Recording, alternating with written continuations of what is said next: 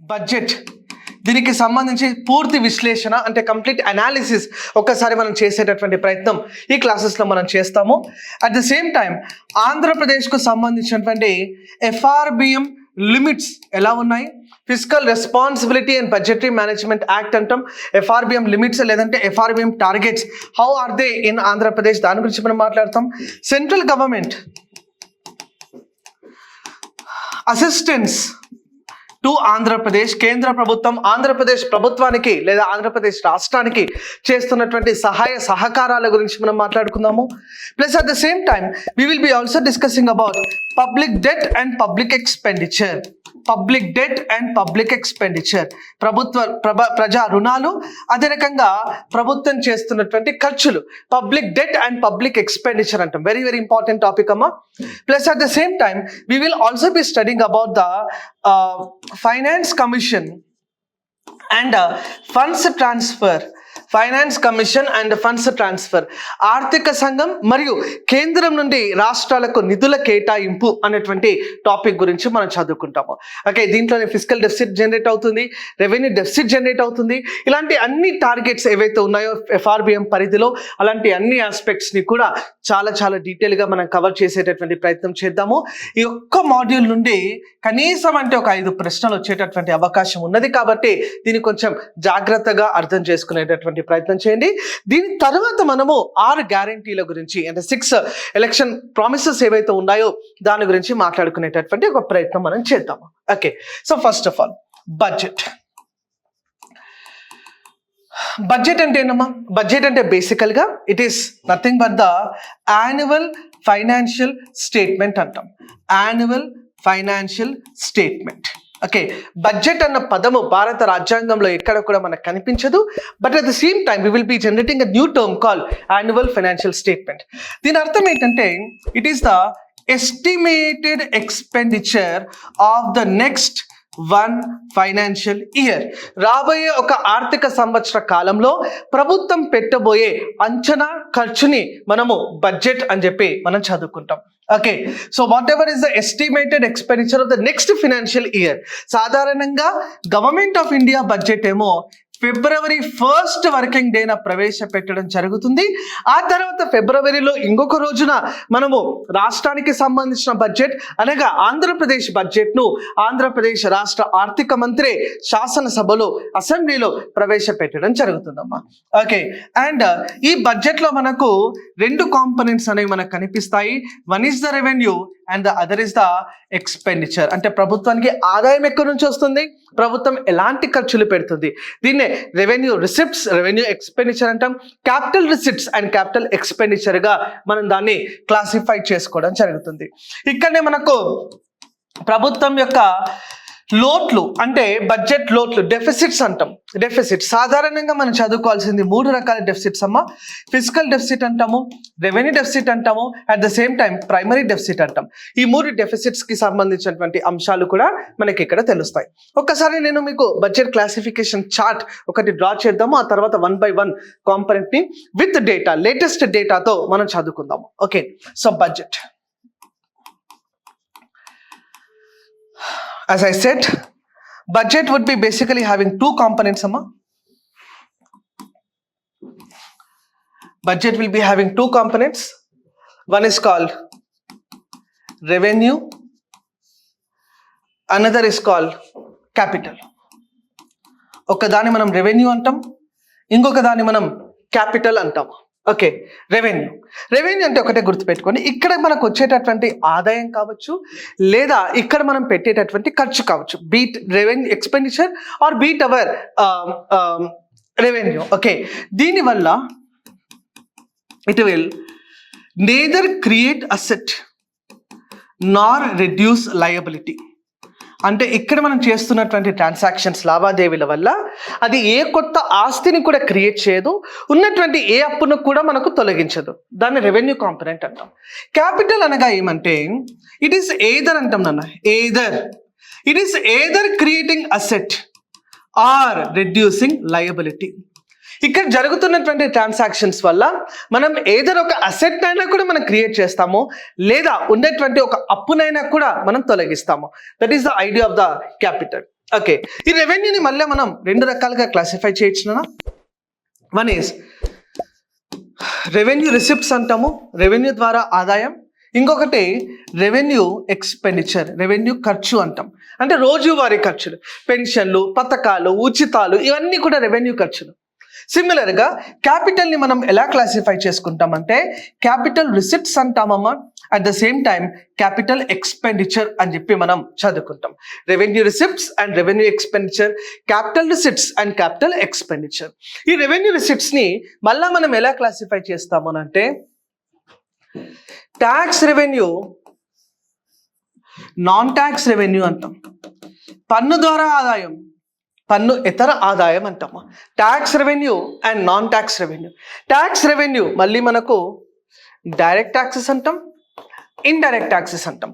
ప్రత్యక్ష పన్నులు మరియు పరోక్ష పన్నులుగా మనం చదువుకుంటాం. Tax revenue and non tax revenue అంటున్నాం.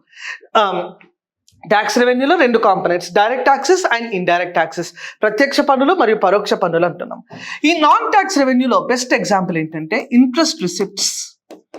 ప్రభుత్వం ఏదైనా కూడా రుణాలు ఇస్తే ఆ రుణాలపై వచ్చేటటువంటి వడ్డీ, ఇంట్రెస్ట్ రిసిప్ట్స్. ఓకే, గ్రాంట్లమ్మా, గ్రాంట్స్. ప్రభుత్వానికి ఏదైనా కూడా ఒక గ్రాంట్ వస్తే, గ్రాంట్ లోన్కి తేడా ఏంటంటే grant has to be no need to return back, loan is something which has to be return back. Okay, that is the difference. Okay, రుణం అనేది తిరిగి చెల్లించాలి, గ్రాంట్లు అనేవి తిరిగి చెల్లించాల్సినటువంటి అవసరం లేదు. నాన్ ట్యాక్స్ రిసిప్ట్స్ దీంట్లో బెస్ట్ ఎగ్జాంపుల్ ప్రభుత్వ రంగ సంస్థలు, స్టేట్ పిఎస్యూస్ ఏవైతే ఉంటాయో ఆ స్టేట్ పిఎస్యూస్కి సంబంధించి ఏమైనా లాభాలు ఉంటే ఆ లాభాలను కూడా మనము నాన్ ట్యాక్స్ రిసిప్ట్స్ కిందనే మనం చూపించడం జరుగుతుందమ్మా. At the same time non tax రిసిప్ట్స్లో we will be having something call fees, penalty, duty, ఇటువంటి ఫీజ్ పెనాల్టీస్ అంతే, ఫీజ్ పెనాల్టీ, ఫైన్స్ అంటాం, ఫైన్స్. ఇటువంటివన్నీ కూడా మనము నాన్ ట్యాక్స్ రెవెన్యూ కింద చూపిస్తాం. రెవెన్యూ ఎక్స్పెండిచర్ అంటే రోజువారీ ఖర్చులు. ఇక్కడ చేస్తున్నటువంటి ఖర్చుల వల్ల ఏ కొత్త అసెట్ క్రియేట్ అవ్వదు, అట్ ద సేమ్ టైం ఉన్నటువంటి ఏ అప్పు కూడా తొలగిపోదు. రెవెన్యూ ఎక్స్పెండిచర్ దీంట్లో బెస్ట్ ఎగ్జాంపుల్ అయినా రెవెన్యూ ఎక్స్పెండిచర్ రోజువారీ ఖర్చులు అంటున్నాము. దీంట్లో బెస్ట్ ఎగ్జాంపుల్ స్కీమ్స్, పథకాలు, పెన్షన్స్, జీతాలు, సాలరీస్, పెన్షన్లు, సాలరీస్ అనగా జీతాలు. ఓకే, ఇంట్రెస్ట్ పేమెంట్స్, ఇటువంటివన్నీ కూడా మనకు రెవెన్యూ ఖర్చు కింద మనం చూపిస్తాం. ఓకే, ఫర్ ఎగ్జాంపుల్ ఇటీవల కాలంలో ఆంధ్రప్రదేశ్ వరల్డ్ బ్యాంక్ నుండి, వరల్డ్ బ్యాంక్లోనే ఏ సంస్థ అంటే మిగా అంటామమ్మా. మిగా ఒకటి గుర్తుపెట్టుకోవాలి, ప్రపంచ బ్యాంక్, వరల్డ్ బ్యాంక్ గ్రూప్ అంటాం. వరల్డ్ బ్యాంక్ గ్రూప్ ఇందులో ఏవేవి ఉంటాయంటే IDA, international development agency, IFC, international finance corporation, IBRD, international bank for reconstruction and development. Okay, తర్వాత MIGA, multilateral investment guarantee agency, ICSID, international centre for settlement of investment disputes. Okay, ఈ అన్ని బాడీలను కలిపి మనం world bank గ్రూప్గా మనం చెప్పుకుంటాం.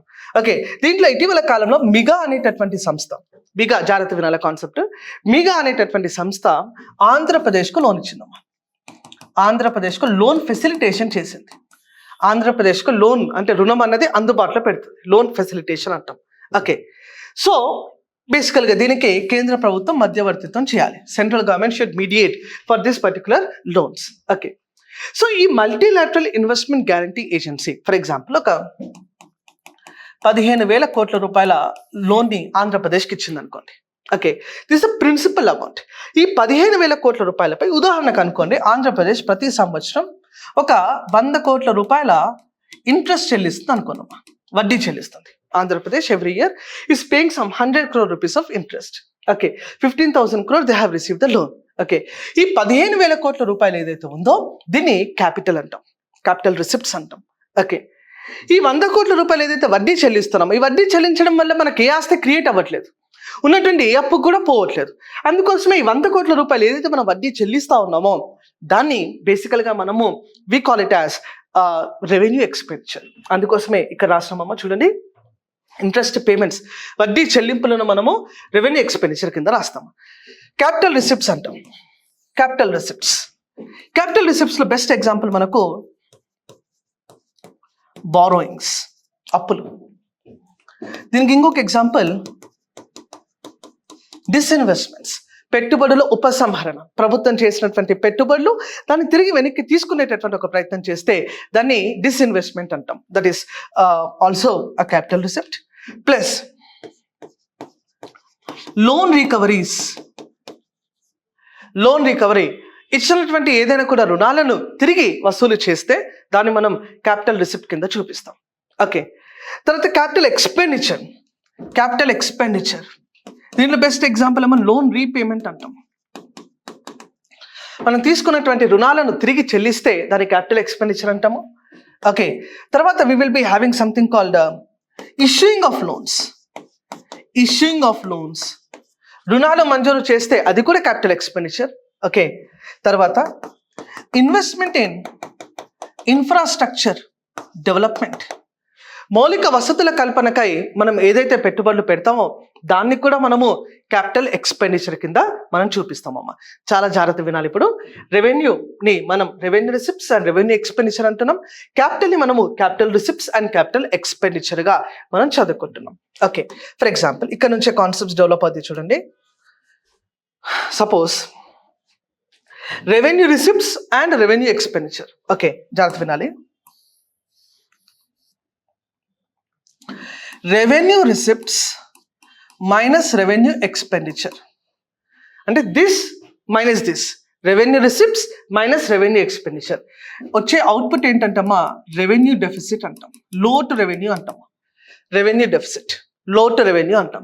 Okay, అలాగే మళ్ళీ మనకు క్యాపిటల్ చేయొద్దు, but total receipts minus total expenditure is equal to fiscal deficit. కానీ ఒకటి గమనించండి, టోటల్ రెవెన్యూ అంటే దిస్ ప్లస్ దిస్, అవునా కదా? టోటల్ రిసిప్ట్స్ అంటే revenue receipts plus capital receipts minus total expenditure అంటే this plus this, that is revenue expenditure plus capital expenditure is equal to fiscal deficit అంటాం. Fiscal deficit. Okay, కానీ ఒకటి గుర్తుపెట్టుకోండి, this minus this always the value is zero. ఈ రెండింటిని మనం subtract చేస్తే ఎప్పటికీ కూడా వాల్యూ జీరో వస్తుందమ్మా. కానీ ఫిస్కల్ డెఫిసిట్ జీరోనా? కాదు. ఓకే, అందుకోసమే ఫిస్కల్ డెఫిసిట్ మొత్తం ఫార్ములా ఏంటంటే ఎక్స్క్లూడింగ్ బారోయింగ్, అంటే this minus this excluding borrowing will give me fiscal deficit. అంటే ఫిస్కల్ డెఫిసిట్ దేన్ని సూచిస్తుందమ్మా అంటే మన అప్పులను సూచిస్తుంది. Basically fiscal deficit shows whatever are our borrowings, that is the fiscal deficit. Okay, so fiscal deficit minus interest payments, ద్రవ్యలోటు మైనస్ వడ్డీ చెల్లింపులు వచ్చేది ఏంటంటే ప్రథమ లోటమ్మ, primary deficit. That is what we derive here is called primary deficit.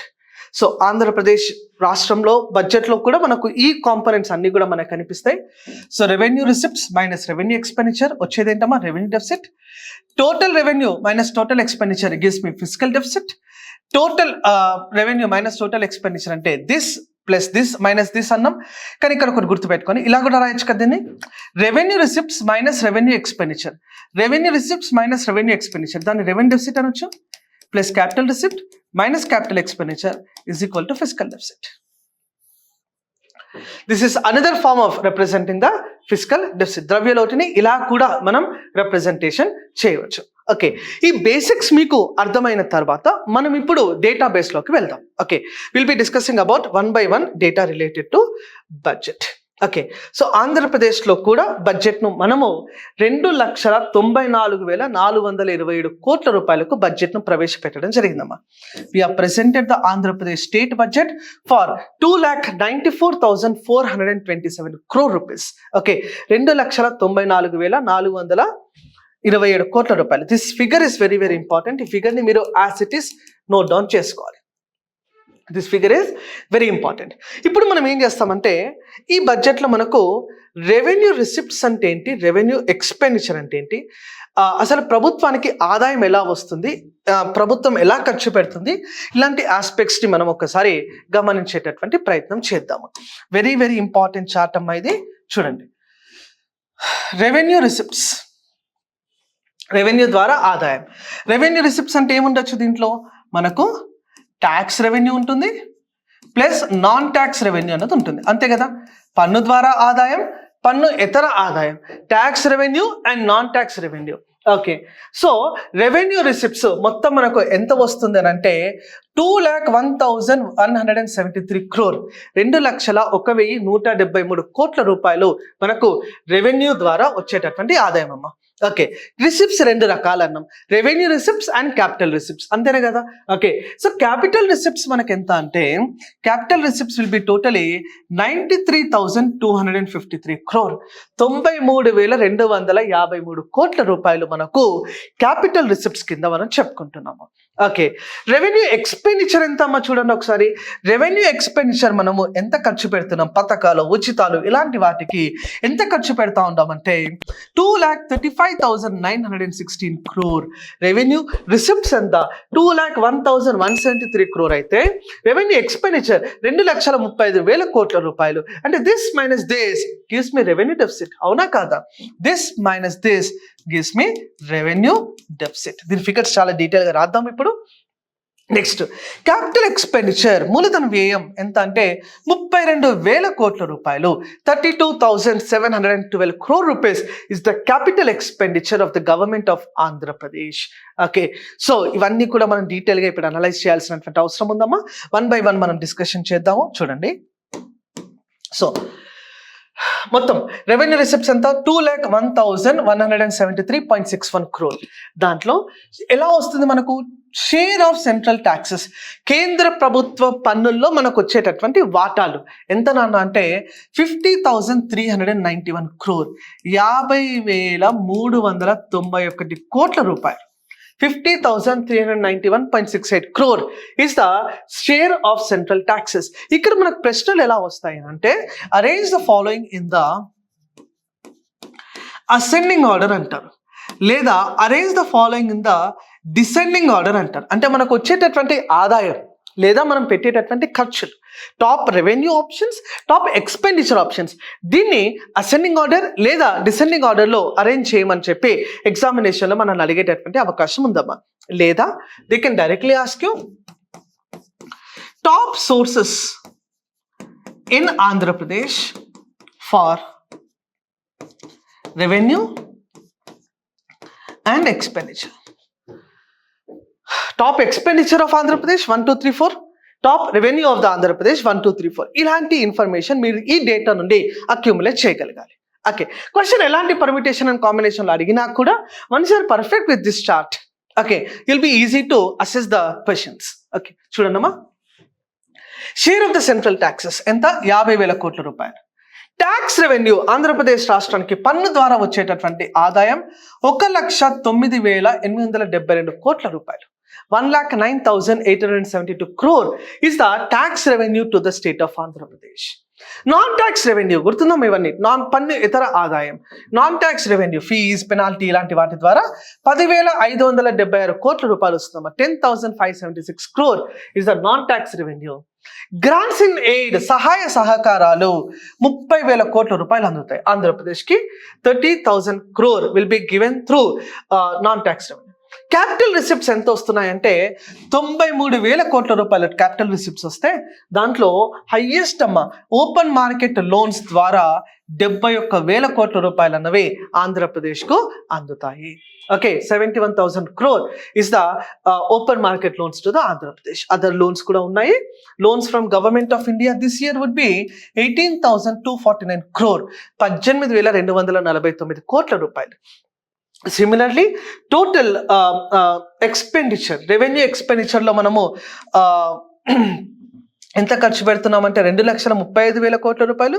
Capital expenditure కింద ఎంత ఖర్చు పెడుతున్నామంటే 32,000 కోట్ల రూపాయలను మనము క్యాపిటల్ ఎక్స్పెండిచర్ ద్వారా ఖర్చు పెట్టేటటువంటి ఒక అవకాశం ఉందమ్మా. ఓకే, దాంట్లో మళ్ళీ మనం క్యాపిటల్ డిస్బర్స్మెంట్ అని చెప్పి ఒక కాంపనెంట్ ని మెన్షన్ చేయడం జరిగింది. క్యాపిటల్ డిస్బర్స్మెంట్ రుణాల మంజూరు, దట్ ఈస్ 24,000 కోట్ల రూపాయల క్యాపిటల్ డిస్బర్స్మెంట్ కాంపనెంట్ ని కూడా ఈసారి మనము బడ్జెట్ లో అంతర్భాగంగా మెన్షన్ చేయడం జరిగిందమ్మా.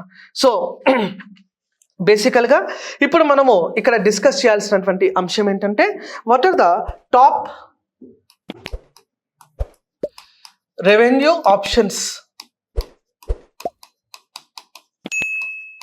టు ఆంధ్రప్రదేశ్. ఆంధ్రప్రదేశ్కి top revenue options. Okay, highest అమ్మ స్టేట్ ట్యాక్సెస్. రాష్ట్రాల పన్నుల ద్వారా it is the first highest source of revenue. Okay, దీంట్లో మనకు 1,09,872 కోట్ల రూపాయలు మనకు స్టేట్ ఓన్ ట్యాక్సెస్ ద్వారా అందుతాయి. Second highest component open market loans ద్వారా 71,000 కోట్ల రూపాయలు అందుతాయమ్మా. ఓపెన్ మార్కెట్ లోన్స్ ద్వారా 71,000 crores we are going to receive. Open market loans. Third highest component is state share in central taxes. States share in central taxes. కేంద్ర పన్నుల్లో రాష్ట్రాల వాటా ద్వారా 50,391 కోట్ల రూపాయలు we are going to receive. 50,391 crore we are going to receive.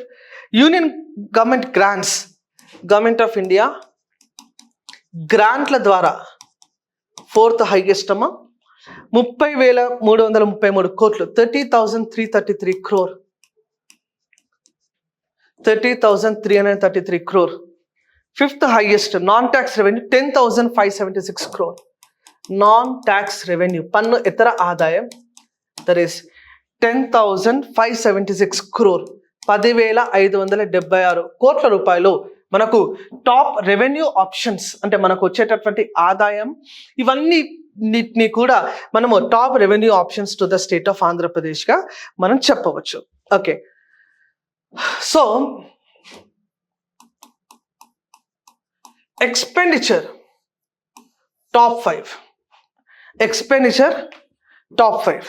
Okay, దాంట్లో మనము highest అమ్మ డెవలప్మెంటల్ ఎక్స్పెండిచర్ అంటే బేసికల్గా ఇక్కడ మనం డెవలప్మెంటల్ అంటున్నాము, but it also includes welfare.